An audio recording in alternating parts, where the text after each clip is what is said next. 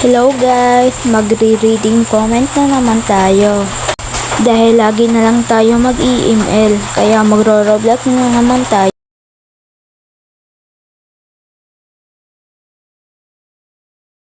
Ba't ka nag-farm? Siyempre hindi tumama yung skill. Ito pa.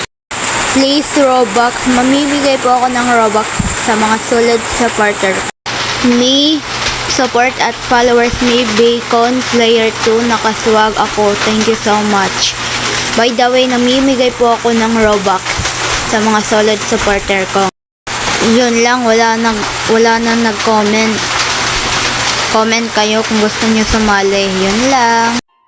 Elementary pa lang napapansin na nila mga gawi ko parang hindi pambabae kasi imbis na Chinese garter laruan ko ay tech sa Jolens.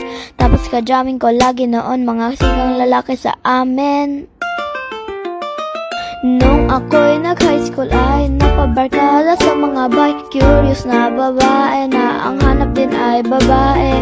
Sa halip ng makeup kit, bit-bit ko ay gitara. Tapos formahan ko lagi ay long sleeves at t-shirt na fitted na lonta.